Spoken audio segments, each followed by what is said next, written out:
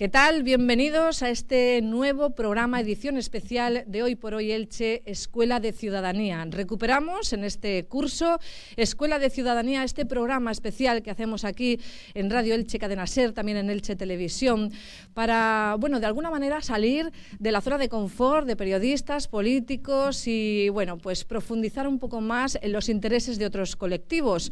Enseguida vamos a conocer quienes nos visitan hoy. Están con nosotros aquí en la sala de eventos de Radio Elche Cadena Ser, estudiantes de periodismo de la Universidad Miguel Hernández de Elche. En concreto, nos acompañan estudiantes de la asignatura de Comunicación Política y Periodismo Radiofónico de la universidad. Aproximadamente hay aquí unos 50 estudiantes. Y bueno, chicos, muchas gracias por venir. Ya os hice una visita yo el otro día, habéis vuelto. Gracias por estar con nosotros.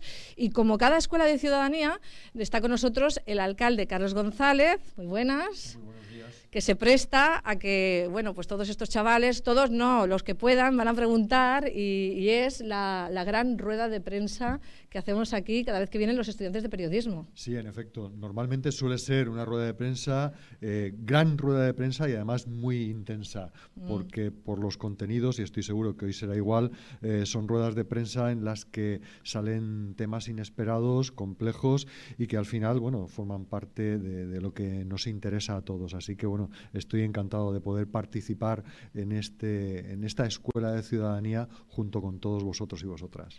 Todos estos chicos que están aquí con nosotros, acompañándonos, pues en poco tiempo, porque están en cuarto de periodismo, en poco tiempo, pues esperemos, estarán trabajando en medios de comunicación y elaborando información, noticias, reportajes, y bueno, la experiencia de pues, tener esta oportunidad de preguntar directamente pues, al alcalde, se la encontrarán próximamente, a lo mejor no en este ámbito, pero se la encontrarán al alcalde y a otras personas que representan instituciones, colectivos, o sea que, bueno, se les pone hoy un poco así en esta primera situación. Han trabajado la asignatura de Comunicación Política y Opinión Pública con el profesor José Luis González y también con la profesora Carmen López, que es además profesora de Ética y Deontología Profesional y que está también con nosotros acompañándonos en la mesa. Carmen, ¿qué tal? Hola, buenos días. Bueno, aquí los tenemos, son 50, ¿no? Sí, aproximadamente. Y ahora luego les preguntamos también de dónde son y cuántos años tienen y todas estas cosas. A ver, lo que ponemos hoy en escena, el alcalde y yo acabamos de llegar y estamos aquí, pero ellos lo llevan trabajando, porque nosotros nos dedicamos a esto todos los días, pero ellos lo llevan trabajando ya un tiempo. ¿Qué habéis hecho? ¿Cómo lo habéis preparado? Bueno, pues esto es un trabajo transversal que, como bien has dicho, ha incluido las 3 asignaturas y, bueno, pues en ética y deontología y en comunicación política hemos estado trabajando con seminarios en los que han venido expertos en materia, por ejemplo, de antifraude, en la que vino la agencia antifraude, temas relacionados con el tratamiento de temas sensibles como el género o el feminismo o incluso la inmigración. Entonces, han estado trabajando toda esta temática, pues que, como sabes, son temas específicos a la hora de tratarlos éticamente en el periodismo. Y además en periodismo radiofónico con la profesora Mari Carmen Ponce, pues también han estado trabajando pues las características de este medio y bueno, y con tu visita, que por supuesto también les ayudó mucho a conocerlo. Estuvimos el otro día también en las aulas de la universidad. Esto ha sido un poco un intercambio. De todas formas, creo que algunos de estos estudiantes... Bueno, la profesora ha estado alguna vez también de visita en el Congreso con el alcalde en su época de estudiante. O sea, que hacéis visitas también a instituciones como, por ejemplo, el Congreso, ¿no? Sí, bueno, con el compañero profesor José Luis González, pues ya llevan muchos años que cuando conseguimos organizar, pues hemos visitado, yo cuando era alumna, por ejemplo, también Bruselas, el Parlamento Europeo, o hemos ido a las Cortes Valencianas, o hemos estado en el Congreso de los Diputados. El Congreso fue con el alcalde, ¿verdad? Sí. Que entonces era diputado. Sí. Así que nada, estuvo muy bien porque yo creo que a los estudiantes les ayuda mucho a conocer también cómo es la relación pues de los políticos y los partidos, las relaciones de gobierno y con otros agentes sociales, incluidos los estudiantes también, claro. Bueno, estamos a punto de veros ya en escena, haciendo preguntas, viendo qué contenido tienen esas preguntas, también cómo las hacéis y cómo las formuláis, que estábamos comentando que también, bueno, pues en la asignatura Periodismo Radiofónico habéis tenido que trabajar toda esa parte. El alcalde está preparado para atender todas estas cuestiones. Como que decía Jordi Pujol, "Avui no toca". Eso no va a producirse. ¿Preparado para que empiece, no? Totalmente. Bueno, pues vamos a hacer una pausa y enseguida comenzamos con las preguntas y vamos poco a poco ya conociéndoos un poquito más personalmente. Pues aquí estamos en este especial Escuela de Ciudadanía. Estamos con los estudiantes, unos 50 aproximadamente, de la Universidad Miguel Hernández, en concreto el grado de periodismo y en concreto estudiantes de las asignaturas de periodismo radiofónico, han venido a donde tenían que venir, y también de comunicación política y opinión pública y ética y deontología profesional. Estamos preparados con el alcalde, con la profesora, las otras profesoras que hay por ahí, y nos faltaba la estudiante, que ya la tenemos aquí también con nosotros. La primera pregunta va a abrir un poco el fuego, por decirlo de alguna forma.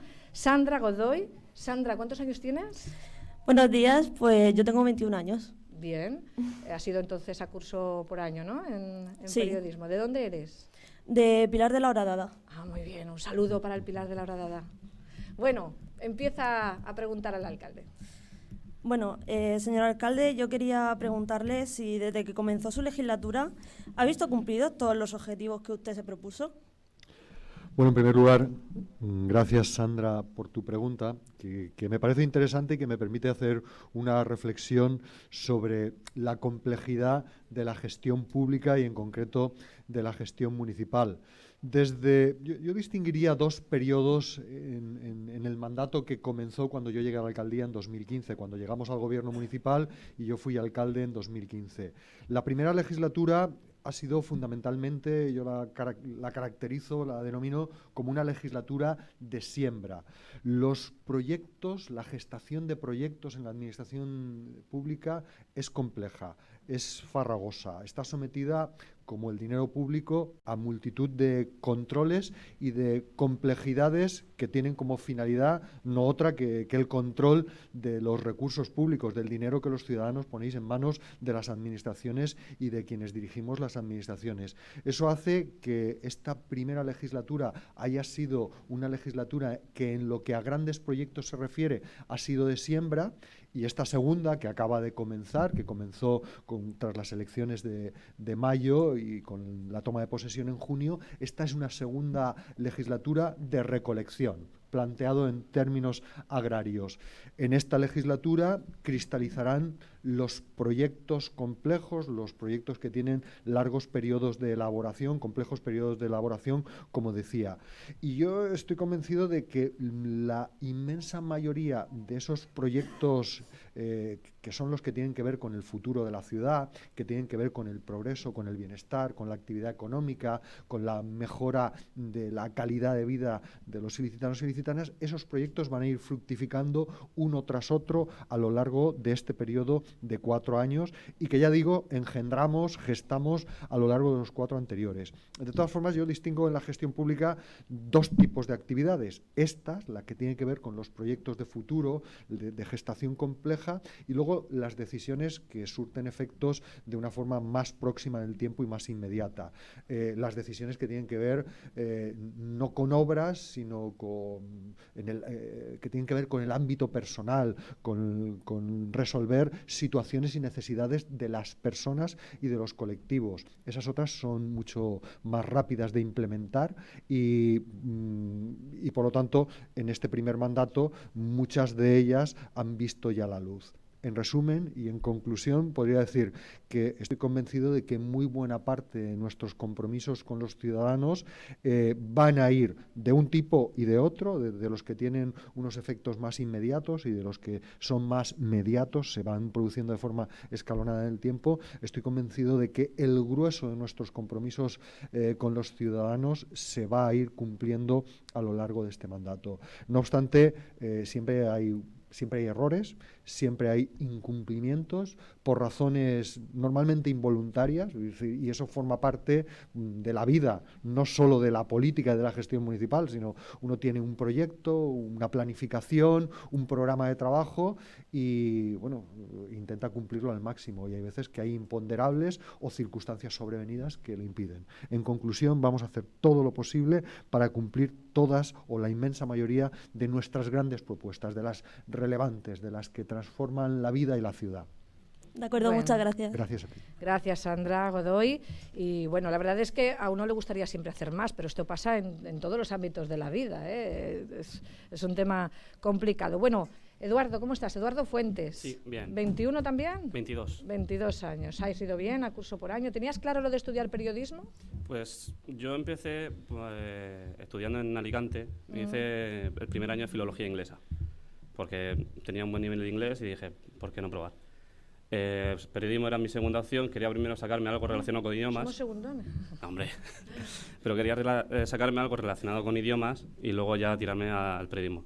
Pero el primer año fue un poco aburrimiento y dije, mira, me voy y cuanto antes mejor. Importante es estudiar cosas que nos gusten, Sí. que la motivación es importantísima. Bueno, Eduardo, ¿de dónde eres? ¿De Alicante? De Callosa de Segura. Ay, te estaba viendo el acento, ya Sí, tenemos ¿verdad? por aquí a 2 de la Vega Baja. Muy Son bien. peculiares. Eduardo, pregunta cuando quieras. Bueno, yo iba a preguntar por el tema de los pactos y las relaciones entre partidos. Y Esto nos preocupa muchísimo a los periodistas y a los políticos también, muchísimo. Luego a la gente, pues bueno, creo que también. A ver. quería preguntar, que en su opinión, ¿por qué ha sido más sencillo pactar en los ayuntamientos y, por ejemplo, en el gobierno de la Comunitat Valenciana que en el gobierno central? Muy bien. Bueno, en primer lugar, muchas gracias, Eduardo, por tu pregunta, que también me parece enormemente interesante y muy compleja de contestar. Bueno, yo voy a empezar formulando un deseo. Yo espero que haya acuerdo y que de ese acuerdo nazca un gobierno para España que aporte estabilidad política y que esa estabilidad política posibilite afrontar los retos y las necesidades que tenemos los españoles y españolas y que tiene el país. Creo que es fundamental. Para mí, la situación de inestabilidad política que vive España en los últimos 4 o 5 años, creo que tenemos que salir de esa situación y creo que es una situación enormemente negativa. Y bueno, yo creo que al final esta inestabilidad política es producto de un conjunto de factores en las que todas las formaciones políticas tenemos responsabilidad. Unos más y otros menos, pero todos tenemos nuestra cuota de responsabilidad. No es normal que en 4 años hayamos acudido a las urnas en 5 ocasiones, si no recuerdo mal. Por lo tanto, formular primero ese deseo, ¿no?, de que esto se resuelva, de que haya sentido común y de que haya un sentido de Estado, más que sentido común, sentido de Estado, y que se tomen decisiones que favorezcan un gobierno estable. Y deslizo un mensaje más, y te voy a contestar, deslizo un mensaje más. Creo que toda la responsabilidad de la formación del gobierno está recayendo y todas las exigencias están recayendo en un ala del Congreso de los Diputados, en el ala izquierda, conformada mayoritariamente por el Partido Socialista. Todo el mundo mira a Pedro Sánchez y al Partido Socialista y se le exige su responsabilidad. Y yo digo, muy bien, hay que exigirle a quien ha ganado su responsabilidad de formar gobierno, de ser flexible, de ser capaz de alcanzar acuerdos, pero no podemos dejar de mirar también al otro lado. Al otro lado también hay responsabilidades. Creo que el Partido Popular y Ciudadanos también deberían plantearse cuál es su papel ante una situación de bloqueo institucional como el que tenemos en este momento. Y voy a recordar que el Partido Socialista se abstuvo y fue una abstención que ocasionó un debate interno apasionante y complejísimo dentro de las filas del Partido Socialista. El Partido Socialista se abstuvo para que gobernara Mariano Rajoy. Tuvo visión de Estado y fue capaz de hacer ese esfuerzo político. Y yo hoy echo de menos ese debate y ese planteamiento que en otros países es normal y que en nuestro país hace unos años fue normal. El mirar al otro lado y decir, oiga, tengan ustedes responsabilidad. Pues yo hoy diría, oiga, tengan ustedes responsabilidad, no le den todo, hagan descansar toda la responsabilidad en el Partido Socialista y en Pedro Sánchez, porque una abstención, o de Ciudadanos o del Partido Popular, una abstención técnica posibilitaría el desbloqueo. Y esto es exigible. Y esto, además, hoy se puede exigir cuando ya se ha hecho por parte, en este caso, de quien lo pide, que es el Partido Socialista. Dejo eso ahí y entro a tu pregunta, ¿no? Yo creo que las claves de la política nacional son extraordinariamente complejas y es mucho más difícil, como estamos comprobando, alcanzar acuerdos en el nivel del Estado que en el nivel autonómico o en el nivel local. La política nacional conlleva una complejidad mucho mayor, creo que todos somos perfectamente conscientes, y eso hace que los partidos manejen claves distintas en el ámbito del Estado que en el ámbito municipal. Bueno, yo tengo que decir que para nosotros, yo he pactado 2 veces, en 2015, que fue un pacto mucho más complejo, y ahora en 2019. Para nosotros ha sido relativamente fácil pactar. Al final pones un programa de trabajo sobre la mesa. Es decir, yo creo que alcanzar un acuerdo en el ámbito local supone identificar cuáles son los objetivos, poner sobre la mesa qué es lo que se quiere para la ciudad e intentar buscar un denominador común. Eso es mucho más fácil hacerlo en un territorio y con un ámbito competencial y en un espacio muy próximo. Eso es mucho más fácil hacerlo que en un espacio tan complejo como España, con la complejidad territorial, con la complejidad política y con también las derivadas socioeconómicas que hay. Por lo tanto, creo que ahí radica. Yo no culpabilizaría a nadie, sino diría que el escenario es mucho más complejo. Muchas gracias. Gracias. Bueno, la verdad es que es complicado, pero de todas formas recuerdo que el alcalde conoce los 2 ámbitos, el ámbito local, por supuesto, pero ha estado también en el Congreso de los Diputados, con lo cual habla además con esa perspectiva, sabiendo de esa complejidad. Sobre el mismo asunto, creo que Rubén Pascual. Rubén, ¿cómo estás? Hola, buenos días, muy bien. ¿De dónde eres? Soy de la Millor Tereta del Mont, de Altea. Ah, muy bien, nos hemos ido al norte ahora. Sí, ahora para allá. De la provincia. ¿Pero estás viviendo aquí en Elche? Sí, claro, como estoy aquí, pues mejor vivir aquí, menos jaleo. ¿Qué tal? ¿Te gusta? Sí. Está el alcalde y nosotras que somos ilicitanas, tienes que decir que sí. Sí, llevo aquí 4 años maravillosos. Sí, te gusta, sí, entonces, sí. estás bien. Bueno, tu pregunta. Mi pregunta, bueno, su socio Compromís ha perdido 2 concejales en estas últimas elecciones y mi pregunta es si seguirá teniendo la misma importancia en el equipo de gobierno del ayuntamiento. Bueno, muchas gracias por la pregunta. Yo no lo plantearía en términos de importancia o de relevancia. Yo, en primer lugar, antes hacía referencia a ello. Creo que hemos sido capaces, las 2 formaciones políticas, Partido Socialista, que hemos mejorado sustancialmente nuestros resultados, y Compromís, hemos sido capaces de llegar a un acuerdo que, en definitiva, es un programa de trabajo para mejorar la ciudad, para transformar los barrios y pedanías y para intentar posibilitar el desarrollo de la ciudad en el ámbito social, económico, cultural. Creo que esa es la parte más importante, que hemos antepuesto o que hemos situado en el epicentro del debate las necesidades de la ciudad y nuestras pretensiones como formaciones políticas. A partir de ahí, yo creo que Compromís y Partido Socialista conformamos un equipo de gobierno unido, un equipo de gobierno en el que no nos miramos el color de la camiseta, se entiende lo que quiero decir, no miramos de dónde procedemos, sino miramos el trabajo que tenemos por delante. Y el trabajo que tenemos por delante es mejorar Elche, mejorar los barrios y pedanías, es plantear un proyecto de futuro para la ciudad, es resolver cuestiones que tienen que ver con el ámbito económico, con el ámbito social, con el ámbito cultural, con el ámbito educativo, y eso es lo que nos une. Y a partir de ahí yo le doy toda la relevancia, como alcalde de la ciudad, pongo toda la relevancia en eso, ¿no? En el trabajo que tenemos que hacer y bueno, yo creo que las decisiones de peso político se tomaron el día que se conformó el gobierno y a partir de ahí, me refiero al reparto de lo que se llama el poder, eso se hizo en el momento que se configuró el gobierno y a partir de ahí somos todos un gobierno municipal sin diferencias. Gracias, muchísimas gracias, Nada, Rubén. gracias. Y pregunta ahora el compañero Francisco Maciá, que además es de los que ha estado más activo participando aquí en el... Muy buenas, Francisco, ¿cómo estás? Bien. ¿Tú de dónde eres? Yo de Alicante. De Alicante también. ¿Y eres del Hércules? La verdad es que no. Ah, vale, porque luego viene Soy Pepe... más del Alicante que del Hércules. Vale, es que luego viene Pepe Morago y no quiero que tengáis aquí ningún tipo de conflicto. Es broma, es broma. ¿Qué tipo de periodismo te gustaría hacer a ti? Pues siempre me ha gustado el periodismo deportivo porque me gusta mucho el deporte y el fútbol en concreto, pero últimamente me gusta demasiado el tema guerra y conozco muchos militares y me gusta el meollo de estar... ¿Te gustaría estar... cubrir los conflictos bélicos? A ver, que esto hay que explicarlo. Sí. Bueno, y mi pregunta es para... ¿No quiere hablar conmigo? Sí.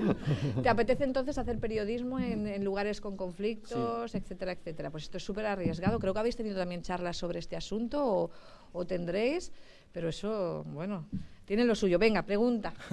Bueno, mi pregunta es que ¿cómo de importantes son los asesores políticos?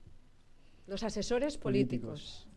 Muy bien. Bueno, ¿Quiénes son? Vamos a explicarlo primero. ¿Quiénes son los asesores políticos? Primero, si me lo permites, Cristina, me gustaría, creo que es la cuarta pregunta, si no me equivoco, y todavía no hemos visto a ningún alumno o alumna de Elche. Eso pone de relieve, esa capacidad, esa importancia que tiene la Universidad Miguel Hernández y la Facultad de Periodismo en este caso, esa capacidad de atracción, en este caso, de estudiantes de otras localidades. Convierte a nuestra ciudad en un centro de referencia para estudiantes. Hemos visto de Pilar de la Horadada, de Callosa del Segura, de Altea, bueno, vamos, Alicante, una variedad interesantísima.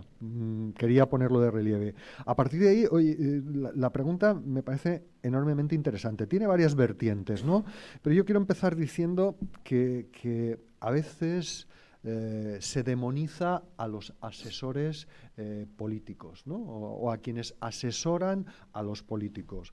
A veces se utiliza un recurso con el que yo no estoy de acuerdo, que es el intentar denostar, minusvalorar el papel que cumplen los asesores dentro de la dinámica de trabajo que tenemos quienes representamos a los ciudadanos en las instituciones. Esto pasa mucho. Es decir, a nosotros nos ha pasado. Es decir, y yo tengo que decir, hablaré de nuestro caso, del caso de Elche. Nuestros asesores son asesores con perfil totalmente profesional. Son profesionales, tengo que decir, de valía, que hacen muy bien su trabajo y que son muy necesarios para que podamos hacer el nuestro, para que podamos hacer correctamente o lo mejor posible, cumplir correctamente lo mejor posible nuestra función dentro de las instituciones. Y tienen que tener necesariamente esa característica de ser temporales y de ser de confianza. La administración tiene una estructura. La administración local, la autonómica, la central, tiene una estructura y tiene funcionarios que trabajan invariablemente, gobierne quien gobierne. Pero tiene que haber un pequeño núcleo de esto que se ha dado en llamar asesores, que son profesionales en distintas materias, en la comunicación, importantísimos, en el protocolo, en las relaciones institucionales. Me gusta más llamarlo relaciones institucionales que protocolo, y que nos ayudan a cumplir nuestra función, como decía anteriormente, y que necesariamente, o es muy importante, que sean personas con las que haya una relación de confianza política. No estoy diciendo que sean, si me permite banalizar, que sean primos ni que sean estrictamente compañeros de partido. Son profesionales con los que hay una relación de confianza política y cumplen una función valiosísima. Y esto a veces la oposición lo utiliza como un boomerang y se lo lanza al gobierno y yo creo que no refleja la realidad del valor y del papel que cumplen. Soy un defensor de los asesores profesionales con limitaciones. Y cuando digo limitaciones introduzco dos elementos más. Ni salarios disparatados, es decir, porque hay instituciones o hay quienes toman decisiones erróneas en ese ámbito. Ni salarios disparatados, ni cohortes de asesores. Asesores los necesarios y con retribuciones justas. Pero son necesarios, son positivos, deben ser, a mi modo de ver, de confianza y entran y salen con los gobiernos. Muchas gracias. Bueno, muchas gracias a ti, Francisco Maciay. Y va a preguntar en este especial Escuela de Ciudadanía que estamos haciendo aquí desde la sala de eventos de Radio Elche, Cadena SER, pues Adrián Jiménez, que es el que decía yo que tiene unas ganas de participar y que creo que de la visita que habéis hecho por aquí por la radio antes te hubiera gustado hasta venirte aquí a la mesa conmigo, ¿a que sí? ¿Te hubieras atrevido? Sí, la verdad es que a mí hablar en público me gusta bastante y sobre todo el trato humano también. Bueno, ¿a qué te quieres dedicar? Pues aún no lo tengo del todo claro, pero me gusta mucho sobre todo la televisión. Vale, ¿y de dónde eres? De San Vicente del Raspeig. Ah, venga, de San Vicente tenemos nosotros mucho cariño por aquí. Bueno, pues pregunta, a ver. Bueno, pues está un poco más relacionado con lo que viene siendo el partido político y yo quería preguntarle si su gabinete de comunicación dispone de algún protocolo de gestión de crisis de imagen y reputación política. Bueno, pues la respuesta, si tengo que ser sincero, es no. Es decir, no. Es decir, no. Está aquí nuestro director de comunicación y me mira, yo creo que no, ¿no? Es decir, creo que no. Es decir, nos hemos enfrentado a alguna situación difícil en algún momento.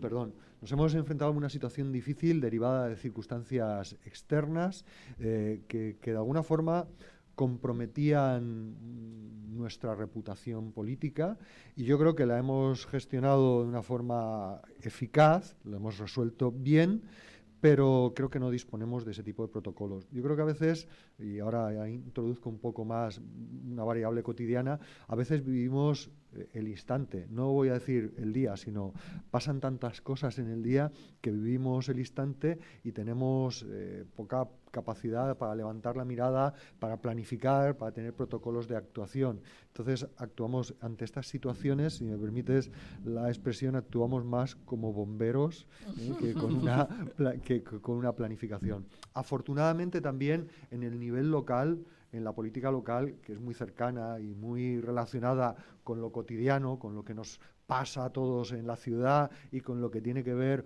con nuestro día a día, tampoco tenemos crisis, que tampoco creo que sean circunstancias que exijan tenerlo. Creo que está bien que se plantee. Probablemente estaría muy bien tener un protocolo, pero en nuestro día a día, o al menos en esta experiencia de estos 4 años y pico que soy alcalde, bueno, pues hemos pasado por una situación, por muchas situaciones difíciles, pero situaciones de estas que piensas que pueden afectar a la reputación, yo creo que solo he pasado por una. Y gracias al apoyo de quienes trabajan en nuestro equipo, pues la resolvimos creo que de una forma certera y eficaz.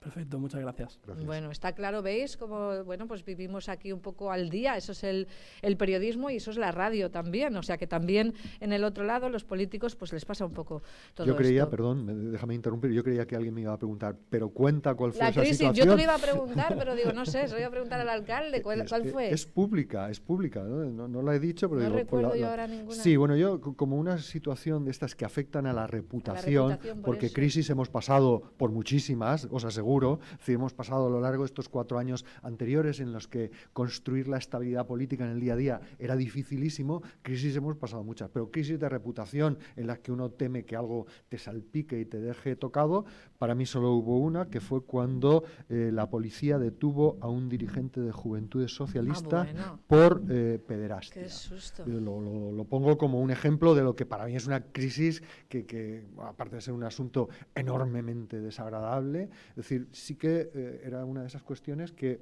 o la gestionas bien, con determinación y lanzando mensajes muy claros, o afecta en este caso a tu reputación, en este caso a mi reputación. Creo que lo hicimos acertadamente, pero es de las pocas circunstancias en las que uno se ve en ese momento en un brete, ¿no? Fue detenido y ya condenado en uno de los procesos que creo que anda en 2 o 3, y de todas formas hacía como un mes que era el presidente de Juventudes Socialistas, acaba de ser nombrado. Un asunto enormemente desagradable. Pero recuerdo que había alguna foto del alcalde con él, que enseguida pues empezó a circular por ahí. De todas formas, lo que hablaba de como la es política, normal, claro. O sea, nada más normal que yo tuviera fotografías con el máximo representante de una organización como Juventudes Socialistas, sí. Absolutamente normal. Pero hablando de lo de la cercanía de la política local, no lo recuerdo como crisis porque yo creo que no hubo, entre los periodistas no hubo la sensación de ningún titular escándalo, ¿verdad? No sé. Probablemente porque tomamos decisiones rápidamente, claro, y acertadas. Sí. Y no estoy intentando ni mucho menos ponerme ninguna medalla, sino creo que viene al caso en relación con la pregunta. Tomamos decisiones muy rápidamente, muy contundentes y creo que eran las que procedían, no solo para salvaguardar la reputación, eran las que procedían. Por eso salvaguardan la reputación de quien las toma. Bueno, sí que es verdad. A ver, está con nosotros Laura, que es Laura Hernández, muy buenas. Buenos días. La primera estudiante de Elche que nos acompaña hoy. Hay algunos más, pero Laura es ilicitana, es muy buena periodista y tiene un futuro por delante prometedor. ¿A qué te quieres dedicar en concreto, Laura? Pues la verdad es que me gusta bastante la radio, o sea que estoy bastante contenta de estar aquí ahora mismo. Muy bien, muy bien. Bueno, pues pregunta. ¿Cómo es la relación que mantiene el Ayuntamiento de Elche con las diferentes asociaciones de profesionales del periodismo y la información? Bueno, a lo mejor tendrían que contestar ellos a esa pregunta. Yo voy a contestarla desde nuestra perspectiva. Bueno, yo tengo un profundo respeto por las asociaciones de profesionales del periodismo que hay en nuestra ciudad y por los y las periodistas. Y como estamos entre jóvenes, no lo digo de postureo, no lo digo para quedar bien. Respeto muchísimo a las dos asociaciones, hacen un trabajo extraordinario y respeto muchísimo el trabajo de los periodistas. Intentamos, y esto ya no solo es mío, lo digo en plural como gobierno, intentamos que la compleja relación entre el periodismo y la política, entre los periodistas y quienes representamos a los ciudadanos y dirigimos la administración, no se vea empañada por los intereses contrapuestos que hay en el día a día. Es decir, un mal titular para uno no tiene por qué significar ni una mala cara, ni represalias, ni ningún tipo de animadversión hacia nadie. Y evidentemente, esto también creo que se puede decir, Cristina, creo que se puede decir, hay muchos titulares que uno no comparte y hay muchas noticias que uno no comparte el enfoque, pero creo que forma parte de las reglas del juego, creo que forma parte de lo que es el pluralismo, la democracia y que forma parte de la libertad, del valiosísimo derecho a la libertad de expresión, libertad de prensa. Entonces, de titulares y noticias que no nos gustan, pues hay algunos, no voy a decir, hay algunos, algunos hacen incluso bastante daño político, pero uno tiene que hacer un ejercicio que yo a veces comento con mi equipo, que es, uno no está aquí para que le den palmaditas en la espalda. Y es cierto, ¿no? Al final... Y los periodistas tampoco estamos para dar palmaditas en la espalda. Efectivamente, o sea, no estamos para... No ni estamos, unos ni otros. Yo considero que no estoy aquí para recibir parabienes y palmaditas en la espalda. Estoy aquí para cumplir los compromisos con los ciudadanos y para ser criticado en todo aquello que tanto los ciudadanos como los periodistas consideren que se aparta de lo comprometido o de los objetivos que se persiguen. Así que como uno no está para recibir palmaditas, simplificando, pues uno tiene que aceptar de buen grado esa crítica o ese titular o esa noticia que no gusta o que no tiene el enfoque que a uno le gustaría. A partir de ese punto de vista, la relación con los periodistas, de profundo respeto al trabajo que hacen. Pero esto es como lo vivo yo. Habría que ver cómo lo ven ellos. Bueno, yo creo que muy bien. Buena relación, cada uno en su sitio, pero muy bien. Por cierto, que un instituto de Elche pronto llevará el nombre de un periodista Vicente Verdú Maciá, a propuesta de las asociaciones de periodistas de Elche y recogida esa propuesta y aceptada por el alcalde. Así que está bien esa relación.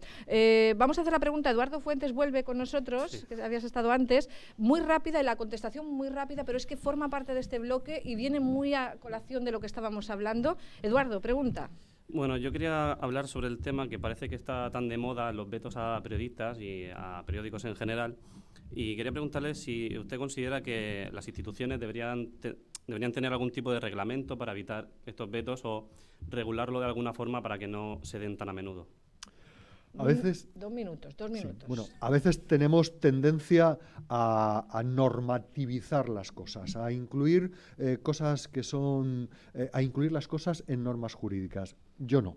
Y soy jurista, soy licenciado en Derecho y abogado en ejercicio hasta que en 2015 comencé mi etapa de alcalde. Yo, que soy un amante del derecho, tengo que decir que creo que hay cosas que no tienen que estar en las normas, tienen que estar en el comportamiento de la gente. Entonces yo digo dos cosas con contundencia y rotundidad: ni vetos a periodistas ni ruedas de prensa sin preguntas. Solo he visto en los últimos 10-15 años una rueda de prensa o una comparecencia que a mi juicio estaba justificado que no hubiera preguntas de periodistas, que fue cuando José Luis Rodríguez Zapatero, presidente del Gobierno, anunció la tregua de ETA, un momento de extraordinaria complejidad política, institucional y para el país. Es decir, yo solamente ante una situación así entiendo o una rueda de prensa sin preguntas y, por supuesto, el veto en ningún caso. Muchas gracias. Bueno, muchísimas gracias. Lo de vetos es largo para hablar y más aquí en esta casa, pero bueno, lo llevamos bastante bien y la relación personal y local no es como luego a lo mejor puede pasar, que es lo que estábamos hablando también antes, a nivel de nacional, el Gobierno de España o la información nacional. O sea que lo llevamos bastante bien. Vamos a hacer una pausa y a la vuelta abordamos ya otro bloque y en este caso quieren saber cosas relacionadas con cómo se aborda la política desde la perspectiva del feminismo, bueno, y también como la comunicación. Enseguida estamos de vuelta.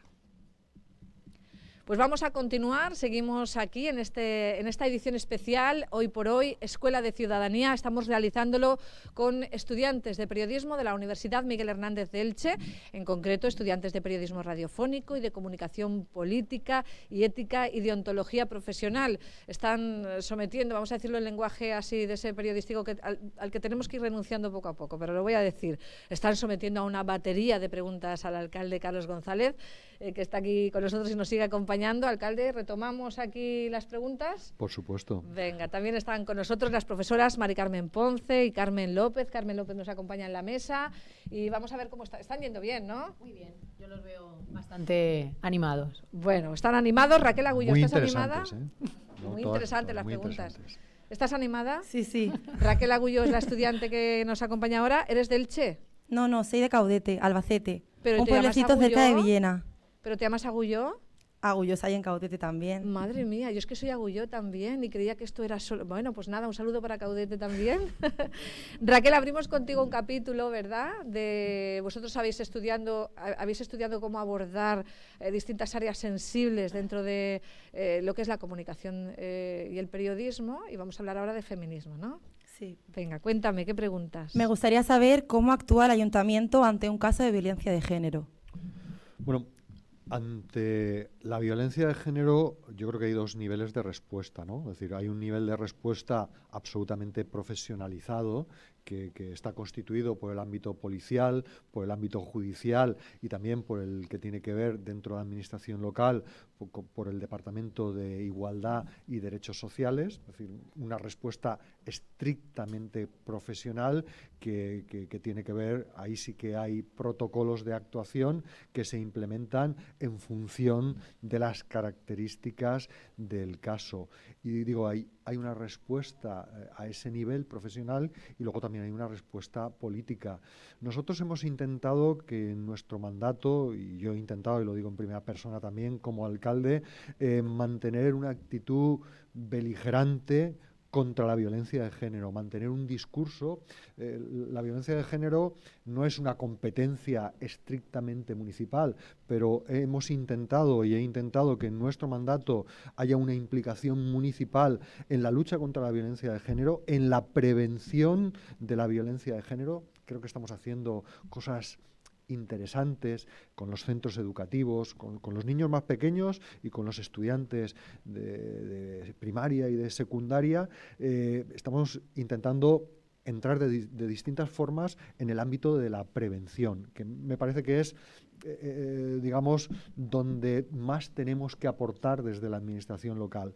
Y luego hay una respuesta política, que es la que intentaba decir, que es el tener un discurso claro y contundente, comprometido con la igualdad y comprometido con la lucha contra la violencia de género.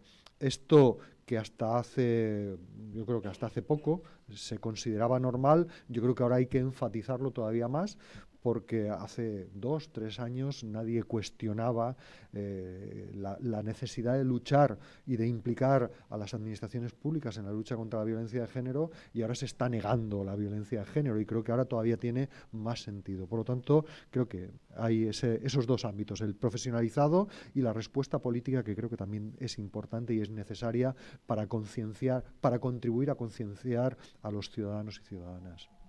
Muchas gracias. Gracias a ti. Gracias, Raquel Agullo de Caudete. Y pregunta ahora, es que me ha chocado, me ha llamado la atención porque parece que, no sé, que todos los agullos somos de aquí del Elche. Elena Sanz. A ver, ¿de dónde es Elena Sanz? ¿Cómo estás? Bien, de Alicante. De Alicante. ¿Cuántos años tienes? 26. Ya, mira, o sea, que empezaste a estudiar otra cosa. Bueno, he hecho muchas cosas. A ver, cuéntanos. No. Además de periodismo, ¿qué has estudiado? Pues he estudiado estética, peluquería, asesoría, bueno. Yo te digo, como periodista, te digo que te vendrá muy bien cualquier otra cosa en la que te hayas movido. Hacerme mis apaños, ¿no? Sí, no, y porque, bueno, es ampliar horizontes, el conocimiento, yo creo que va a servirte mucho. ¿Te gusta el periodismo? Sí, mucho. Bueno, pues pregunta cuando quieras. Bueno, mi pregunta es, en esta nueva etapa del feminismo, ¿qué papel cree que tienen los partidos políticos? Bueno, yo en primer lugar creo que vivimos una etapa enormemente interesante en el que el feminismo ha irrumpido con una fuerza que yo diría que es imparable.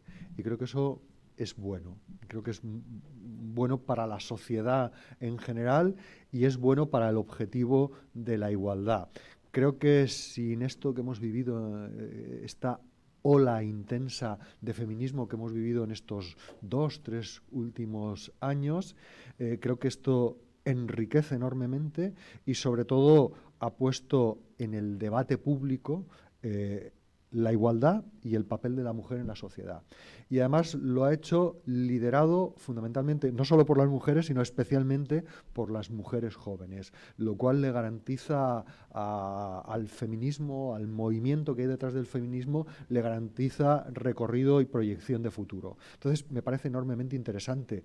Y lo que tienen que hacer los partidos políticos, no lo sé, pero lo que tiene que hacer, en este caso, mi partido político, nuestro partido político, es estar ahí, es estar apoyando y es estar asumiendo como un principio de actuación fundamental el feminismo.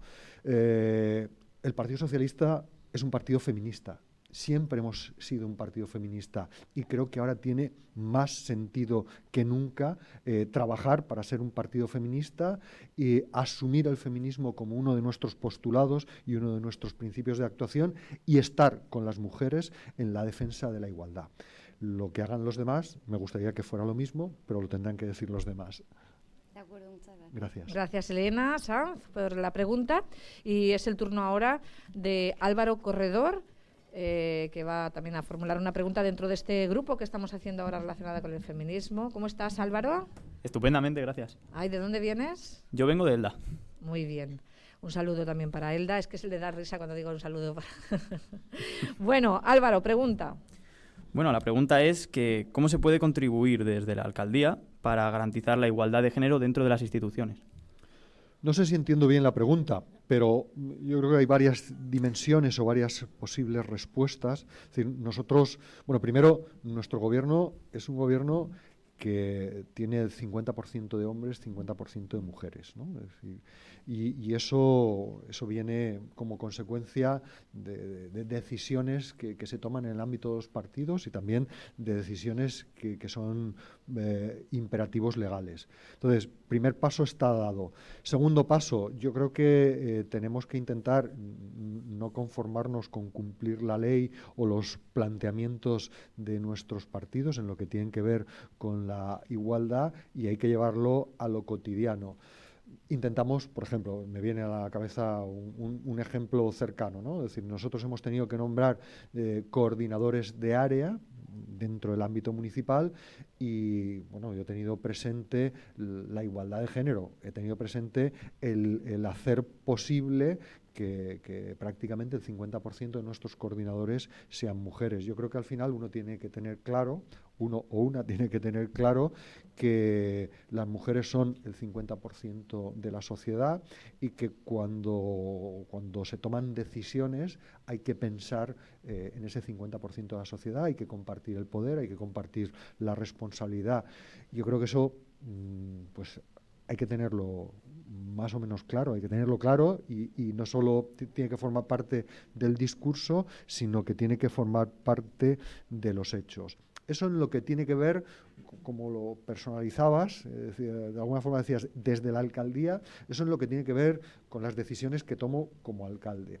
También puedo decir, me viene a la cabeza decir, no lo he hecho por eso, pero la primera mujer concejala de urbanismo de la historia democrática de nuestra ciudad, pues lo ha sido como consecuencia de mi nombramiento, ¿no? Es decir, he nombrado a la primera concejal de urbanismo en 40 años en la ciudad.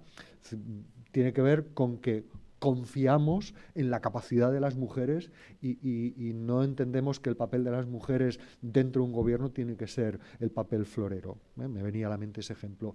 Y luego, ya desde lo colectivo, ya desde la gestión del gobierno, pues yo creo que hay que intentar que todas las decisiones tengan perspectiva de género. Es decir, todas.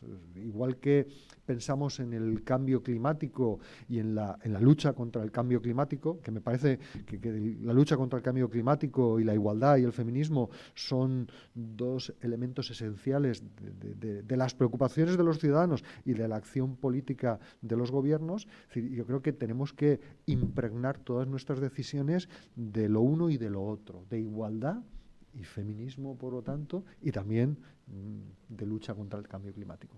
Muy bien, muchas gracias. Muchas gracias a ti, Álvaro Corredor.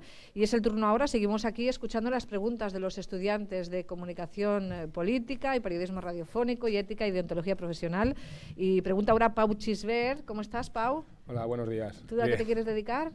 Yo, bueno, me llama mucho el periodismo político, pero sí que es verdad que más en la faceta política norteamericana, que creo que es un poco... bueno, ¿te gustaría cubrir campañas de Trump y estas cosas? Sí, porque creo que tanto... Bueno, de Trump igual no, pero creo que sí que es verdad que la comunicación política en Estados Unidos y también el comportamiento político es quizás más entretenido que aquí en España por otras normas y de juegos que están allí más implantadas. Ahora el inglés también, ¿eh? Sí, el inglés bueno, también pues, yo como en inglés no, yo lo traduzco para los españoles directamente, que están por allí. No, me refería a Boris Johnson y a sus actitudes políticas, que también son muy entretenidas, entre comillas. Sí, pero me refería más a, por ejemplo, a actitudes como la de House of Cards, que se ve que el juego allí democrático es mucho más entretenido y quizás menos políticamente... por las series, ¿eh? Sí. Quizás menos políticamente correcto que aquí en España, eso siempre da mucho más material informativo. Bueno, cuéntanos, pregunta, Pau. Bueno, jo li volia preguntar a l'alcalde d'Elx que l'Ajuntament garanteix un servei d'atenció integral a la dona maltratada i sí que és veritat que en aquests moments quizá de debilitat psicològica és un poc més complicat la inserció al mercat laboral de la dona i volíem saber si en aquest servei integral d'atenció també tenia alguna dotació econòmica d'ajuda de les dones i si encara no ho tenim implantat, si ens plantejàvem clavar-lo en un futur dins d'aquest servici d'atenció. Hemos puesto, gracias, me parece una pregunta enormemente interesante. Hemos puesto en marcha, antes hablaba de las decisiones que se toman y que se empiezan a aplicar de forma inmediata y de las que tardan, ¿no? De forma inmediata, cuando llegamos al gobierno, pusimos en marcha la Casa de la Dona, que es el epicentro en torno al que gira nuestra política de igualdad y la lucha contra la violencia de género y la atención a las mujeres que son víctimas de la violencia de género. Tengo que decir que tenemos unas magníficas profesionales en la Casa de la Dona que hacen un trabajo extraordinario de apoyo a las víctimas de la violencia de género y también un trabajo extraordinario e impagable en lo que es prevención de la violencia de género, que me parece un ámbito también esencial, un ámbito que tenemos que tener muy en consideración porque la erradicación de la violencia de género no va a ser producto de la acción policial, tendrá que ser producto fundamentalmente de la acción educativa y de la acción que tiene que ver con la sensibilización de la sociedad, de los ciudadanos y ciudadanas.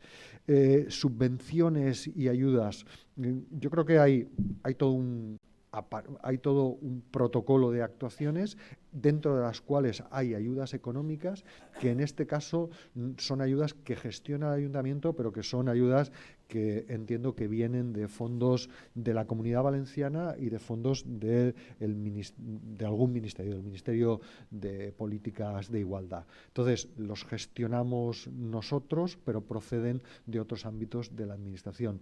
Y ahí también hay un trabajo muy importante que hacer, porque yo creo que las ayudas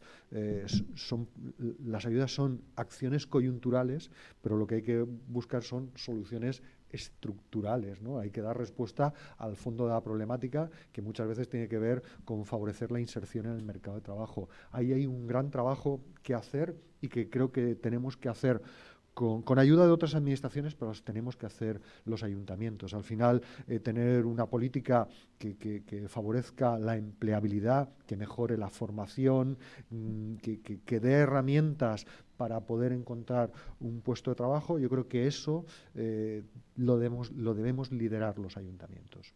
Muchas gracias. A ti.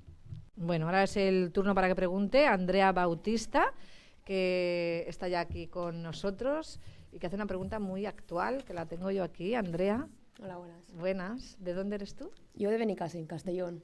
Muy bien. Bueno, pues pregunta, cuando quieras. ¿Cree que el himno feminista La culpa no era mía, que se ha convertido en viral, ha sido un paso más en la lucha por la igualdad de sexo y la violencia contra la mujer? Conoce el himno del alcalde, ¿verdad? Sí, sí, indudablemente. Es decir, estoy convencido y además esto dices, Andrea, que se ha hecho viral, sí. y aprovecho para decir, y creo que las redes sociales y las tecnologías de la información y de la comunicación han jugado un papel determinante, no en relación solo con este himno, que lo han convertido en un hecho viral o en un elemento viral, sino que han jugado un papel determinante en la expansión de la conciencia de igualdad y del feminismo. Creo que sin redes sociales y sin tecnologías de la información y la comunicación, el feminismo y la lucha por la igualdad no hubiera prendido con tanta fuerza, con tanta intensidad y en tan poco tiempo como ha aprendido, especialmente entre los más jóvenes en los últimos años. Así que la respuesta es indudablemente, es decir, estoy convencido de que la culpa no era mía, es un paso más, es decir, al final es un lema que sintetiza toda una forma de pensar en la que hay muchos que estamos de acuerdo, y la inmensa mayoría estamos de acuerdo, y tiene mucho que ver, insisto, con la capacidad expansiva del conocimiento, de las noticias y de las sensaciones que tienen las redes sociales. Vale, muchas gracias. Gracias a ti, Andrea. A veces solo hablamos de la parte mala o negativa que pueden tener las redes sociales y es verdad que en algunos aspectos es muy positivo y desde luego ese cántico de unas chilenas no hubiera llegado a todo el mundo, no hubiera sido tan transversal sin las redes sociales, es cierto. Bueno, aquí tenemos de nuevo a Eduardo Fuentes. Otra vez. A ti te han encargado tus compañeros tú, venga, que te sueltas bien y que haces esto con tranquilidad. Bueno, abrimos un capítulo de nuevas preguntas. Vamos a hablar ahora, como estábamos hablando, de que también está con nosotros la profesora de Ética y Deontología Profesional, corrupción y fraude. A ver, ¿qué preguntas, Eduardo? Bueno, mi pregunta va a raíz de la visita que nos hicieron en la Agencia Antifraude Valenciana, en la que surgió un debate interesante y es sobre si el votante, a la hora de unas elecciones, castiga al partido corrupto. Y yo quería plantearle si ese castigo que hace el votante es, digamos, a corto plazo, es decir, en estas elecciones no te voto, pero a las siguientes a lo mejor sí, o si cree que, también depende del caso de corrupción, pero si cree que es algo que se haga firmemente o de una forma convencida. Bueno, pues yo voy a decir, espero que sí, ¿no? Espero y deseo que sí.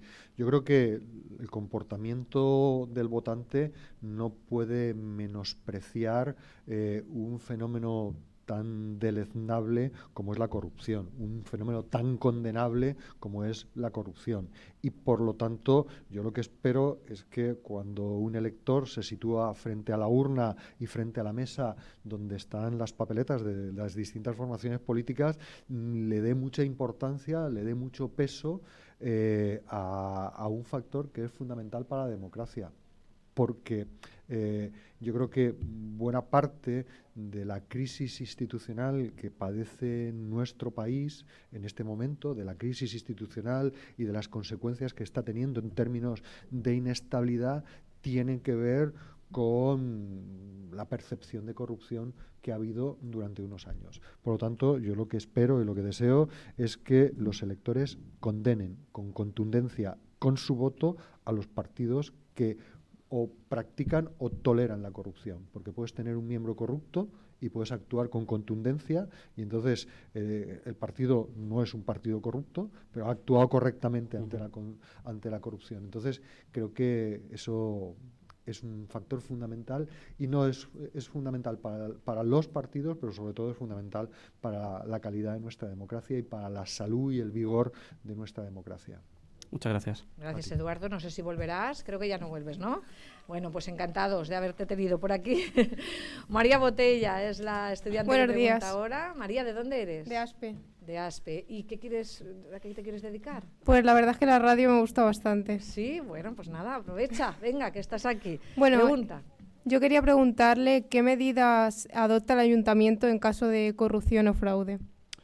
Bueno, pues la verdad que antes decía que me he enfrentado en estos 4 años, hemos tenido, pues, como es absolutamente normal, en un mandato municipal, hemos tenido todo tipo de circunstancias, pero por fortuna no he tenido ninguna, no me he visto o no nos hemos visto afortunadamente en ninguna circunstancia, en ningún trance de esta naturaleza. Por lo tanto, no he tenido que afrontar ninguna situación de este tipo. Si tuviera que afrontarla, la afrontaría con contundencia y con transparencia.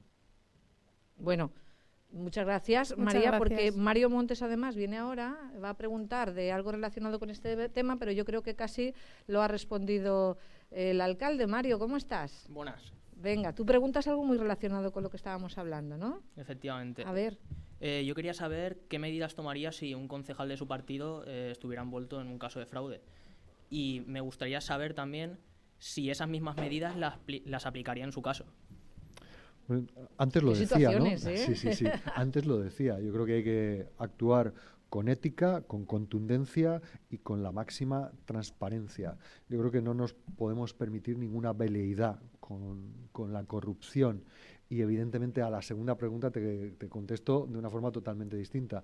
No me voy a ver ante ninguna situación de ese tipo porque para mí la ética, el comportamiento correcto y cumplir la ley es lo primero. Podré cometer cualquier tipo de error, que seguro que durante un mandato se cometen multitud de errores, cometeré errores, pero a mí con asuntos de corrupción no me verán. Ni multas de tráfico, porque casi solo va corriendo y andando a los sitios.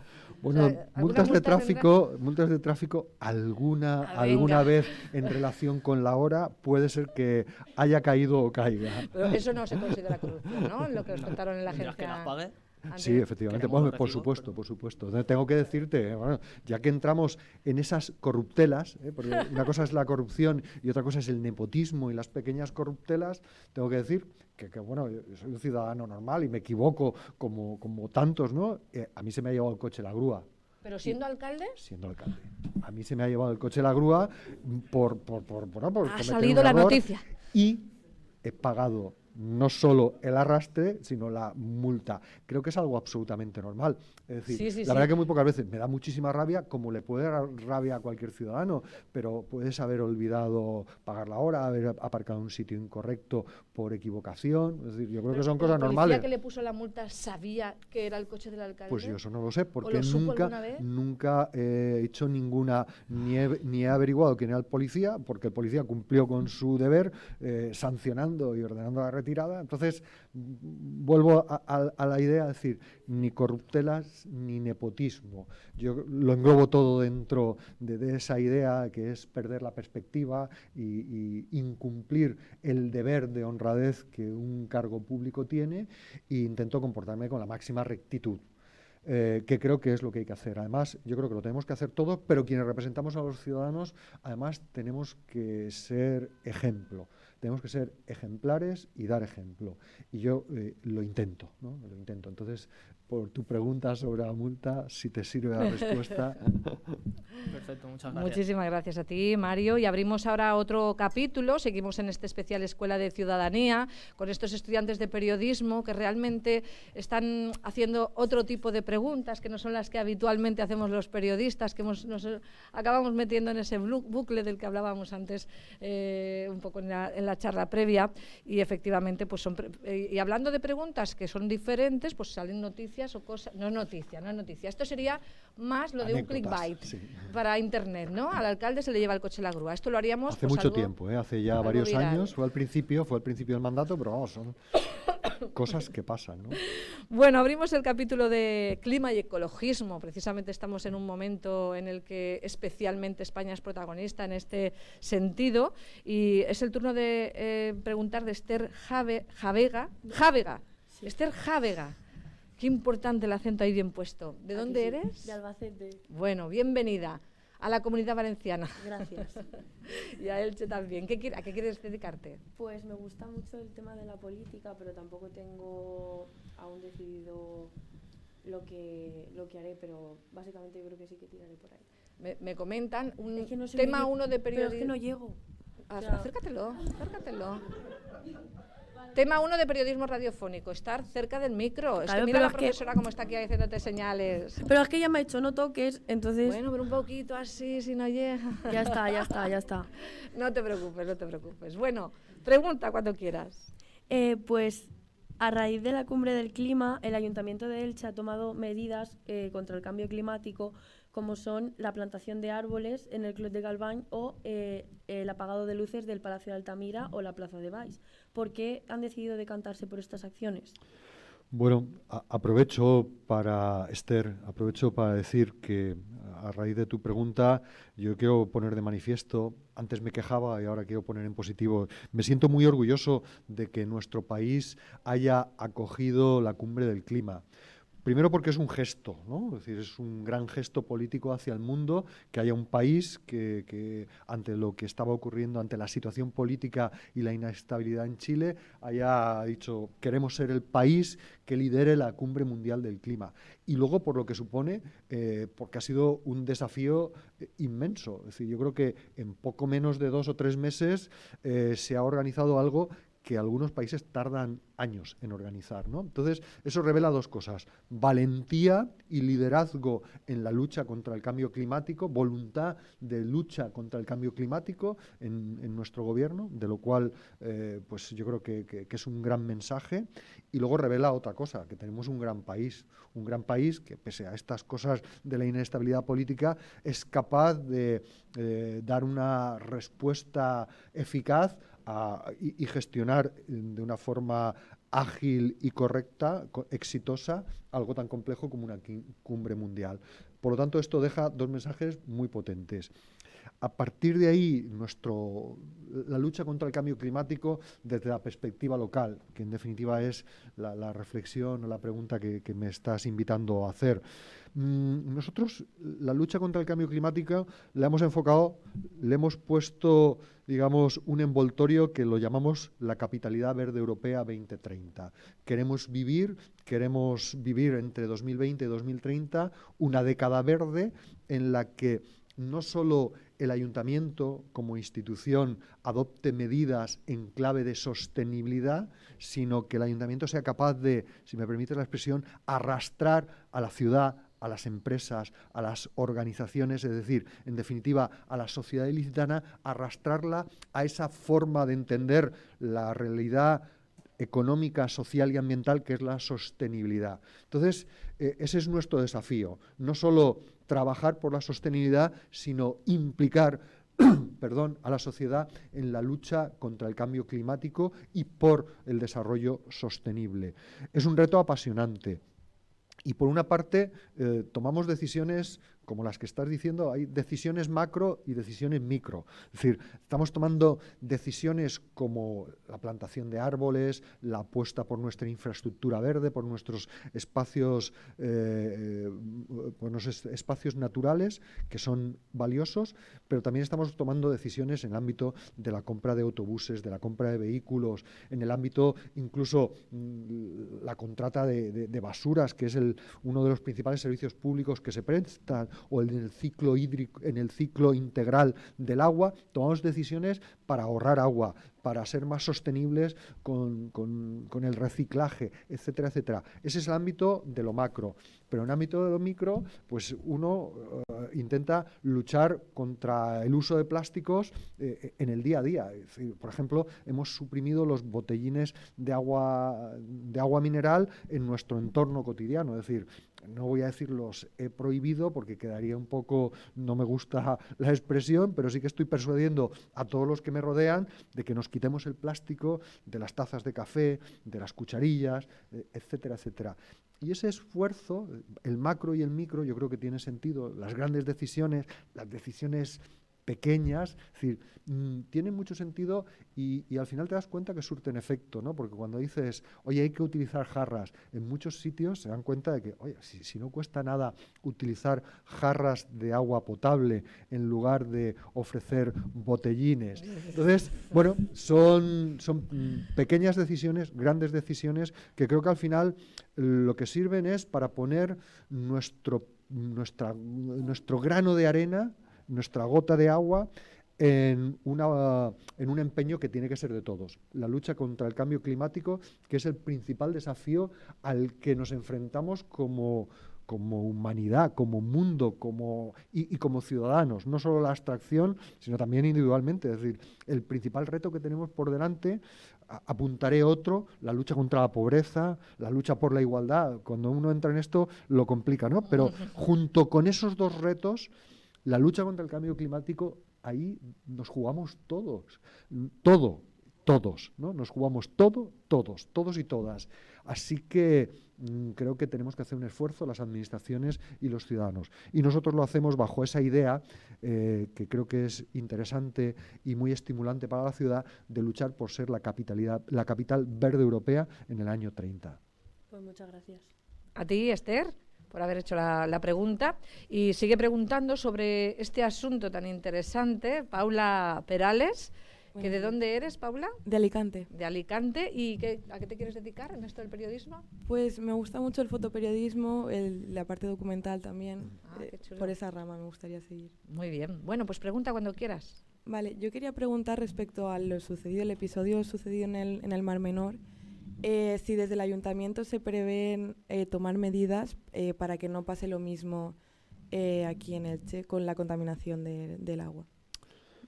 Bueno, no sé dónde leí o escuché el otro día que el Mediterráneo es uno de los mares más contaminados del mundo, con más plásticos del mundo, lo cual nos tiene que apenar a todos y sensibilizar y responsabilizar a todos. No quiero repartir culpa, pero todos tenemos un poco de responsabilidad en que nuestro mar, que yo creo que todos, bueno, había alguien de Albacete, pero la mayor parte somos mediterráneos de los que estábamos aquí. Es decir, nuestro mar es uno de los más contaminados del mundo y tenemos responsabilidad en ello.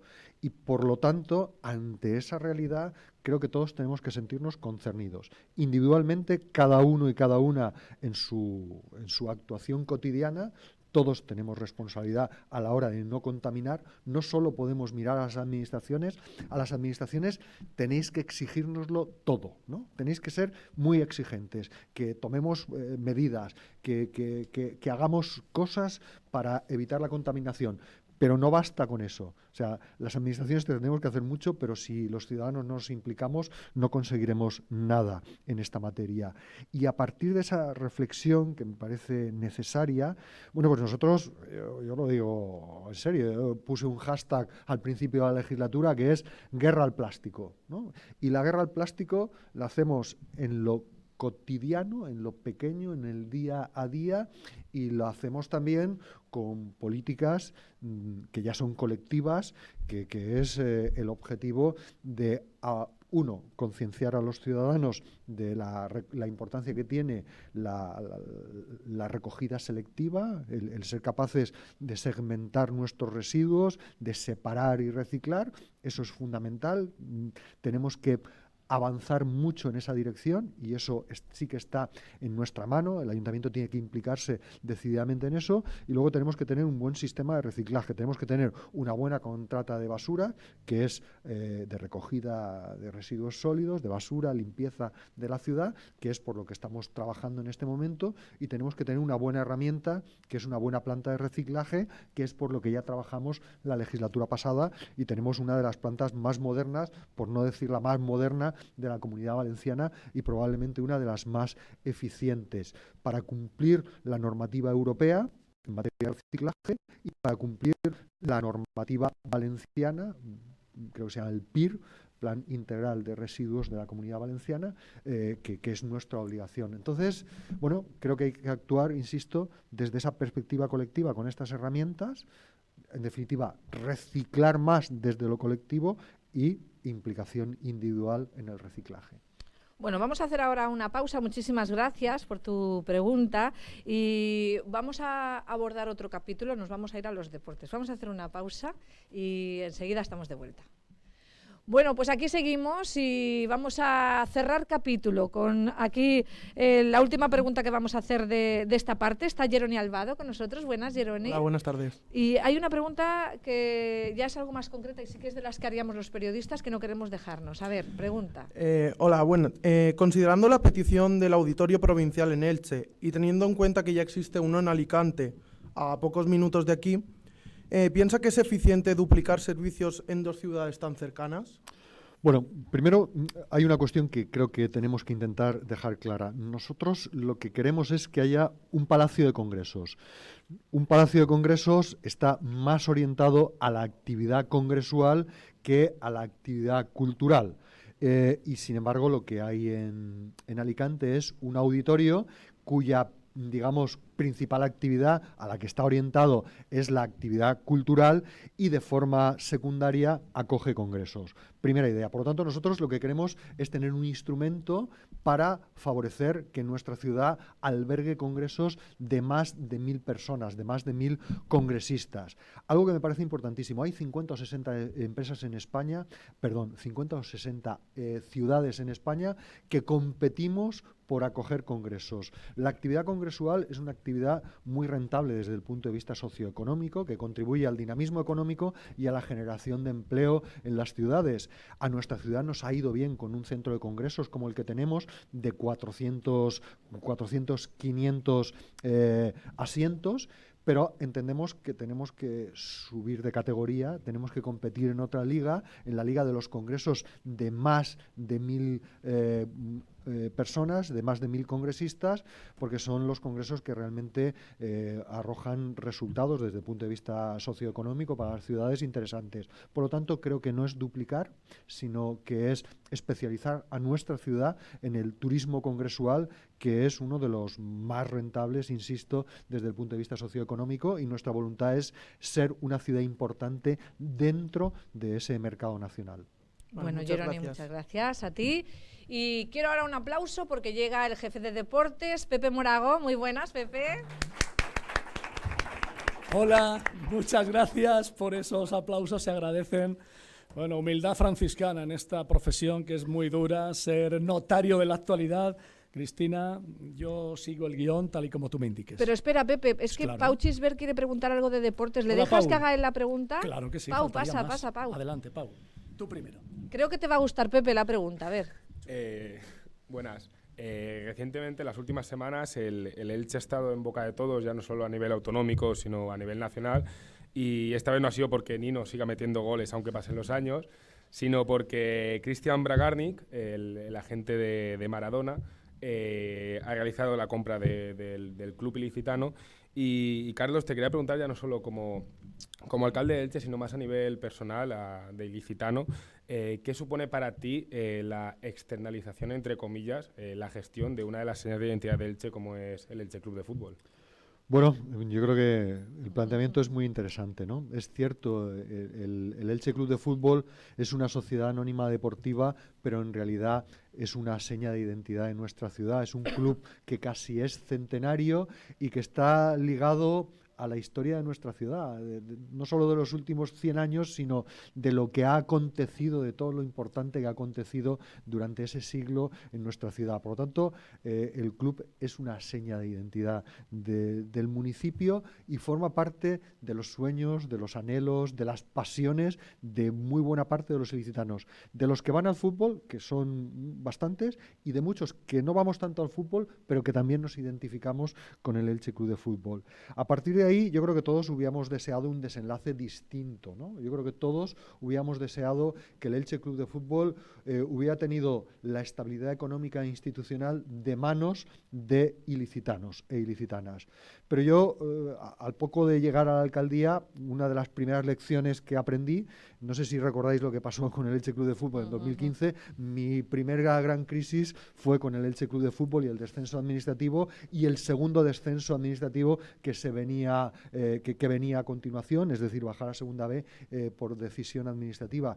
Ahí aprendí, o ahí me di cuenta de que era muy difícil que en el contexto actual, tal y como está el fútbol español en este momento, de que el futuro del Elche pasara por manos ilicitanas. Eso lo supe en los primeros compases del mandato, y bueno, y el tiempo ha ido pues llevándonos por unos derroteros que han hecho que finalmente el club esté en manos de un ciudadano de otra nacionalidad que no conozco, pero del que espero que sea consciente de que el Elche es mucho más que una sociedad anónima deportiva, es el club que ha hecho felices a muchas generaciones de ilicitanos, es el club que hace llorar a mucha gente, que hace reír, que hace que al final nos tiene muchas veces ahí con esas emociones a flor de piel. Eso, y también decir una cosa más, que Nino ya es más que una leyenda. Nino nos da muchas alegrías, se ha convertido, bueno, va a ser un hombre, no solo es un hombre fundamental en el presente, sino que ya ha pasado a la historia del Elche Club de Fútbol, y aparte de ser un gran profesional, tengo que decir que es una excelente persona, un ejemplo. Muchas gracias. Gracias. Bueno, Pepe ha hecho tu trabajo ya. Claro, Paula. muy bien, Pau. Muchas gracias, porque es una pregunta que yo quería formularle al alcalde, por tanto, me ha venido muy bien que Pau le pregunte esto a Carlos González, a nuestro alcalde. Cristina, breve. 3 minutos. Poquito tiempo. Bueno, pues esta tarde a las 3:20 en el tramo local de Ser Deportivos repasaremos la actualidad del Elche. Claudio Medina, el delantero franjiverde, va a ser baja por lesión durante 2 meses por una rotura parcial de la fascia plantar del pie derecho. Son alta Gonzalo Verdú y Fidel Chávez. Lo comentamos todo esta tarde con más tiempo. Y una pregunta también para el alcalde antes de dirigir unas palabras a los chicos y las chicas que nos acompañan hoy. Alcalde, ¿qué le parece? Ayer lo contábamos entrevistando a nuestro deportista ilicitano Raúl Martínez García, el taekwondista ilicitano que va a participar en los Juegos Olímpicos de Tokio 2020, 28 años, nació en el tatami del gimnasio Hayán que regentan sus padres, su maestro José Manuel Martínez.